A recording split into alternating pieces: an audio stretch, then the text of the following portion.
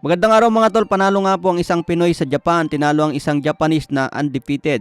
Tinalo via split decision itong si Takeshi Ishii. May kartadang 7 wins, 6 KOs bago ang laban. Edad 33 na nga po itong si Lito Dante. May bagong kartada na 21 wins, 12 KOs, 11 losses. Pang-8 laban na niya sa abroad at pang-4 na laban na niya sa Japan. Napasama nga po si Lito Dante sa fight card ng Ohashi Boxing Promotion sa Japan.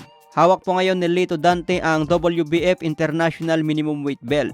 So nadepensahan naman niya ang titulo mga tol at naipanalo ang laban. So congrats po kay Lito Dante. Sana magsunod-sunod ang panalo. Hindi kasi masyadong matunog ngayon ang mga champion dyan sa minimum weight. Hawak po ngayon ni Oscar Collazo ang WBO sa minimum weight. Hawak naman ni Daniel Valladares ang IBF. Hawak naman ng isang Thai boxer na si Panya ang WBC minimum weight belt. Hawak naman ni Tamanon ang Super WBA. Mapapansin mga tol, hindi masyadong pinag-uusapan ang champion dito sa minimum weight.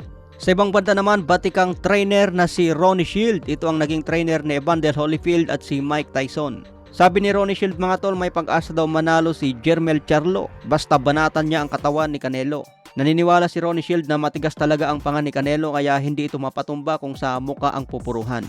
Kailangan daw dyan patayin muna ang katawan ni Canelo para mapatay din ang ulo. Pero naniniwala rin si Ronnie Shield na mahirap daw ito gawin kay Canelo. Hindi daw ito ginawa ng mga nakalaban ni Canelo dahil mahirap daw dikitan si Canelo lalo na kung sa katawan ang target. Kaya naniniwala si Ronnie Shield na kapag nagtagumpay si Jermel Charlo sa katawan, siguradong makuha daw ang panalo. Pero kailangan daw ni Charlo dyan ng matinding diskarte. Siyempre alam naman yan ni Canelo mga tol kapag tinatarget ng katawan. Yan kasi ang masarap sa boxing mga tol, paunahan talaga ang galawan.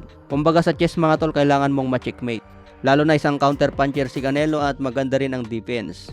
Ang kahinaan lang ni Canelo mga tol, mabagal yung footwork pero maganda na rin ang head movement niya. Sa ibang banda naman, bakbakan ni Demetrius Andrade versus David Benavidez. Sabi ni Demetrius Andrade mga tol, tatalunin niya si David Benavidez para makalaban na niya si Canelo. Matagal na daw nagamon si Demetrius Andrade at nanggigigil na dito kay Canelo. Kung matatandaan, sinabi dati ni Canelo na horrible fighter daw si Demetrius Andrade dahil wala pang napatunayan. Ganyan din ang sinabi ni Canelo dito kay David Benavidez dahil isang world champion lang daw ang tinalo. Pero ngayon tinalo na niya si Caleb Plant kaya may napatunayan na rin itong si David Benavidez. Kung hindi nga lang nag-overweight dati si David Benavidez mga tol, baka matagal nang nangyari ang laban niya kay Canelo. Ito talaga ang kailangan labanan ni Canelo kung sino ang panalo. Wala nang kawala si Canelo dyan mga tol dahil mandatory defense na yan. Sigurado ipag-uutos na yan ng WBC. Wag lang gawing WBC franchise si Canelo dahil pangit ang image niya kung nagkataon.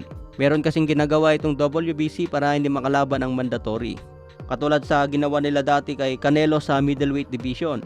Naging mandatory na niya si Jermel Charlo pero ginawang WBC franchise. Kaya hindi niya tuloy nakalaban si Jermel Charlo.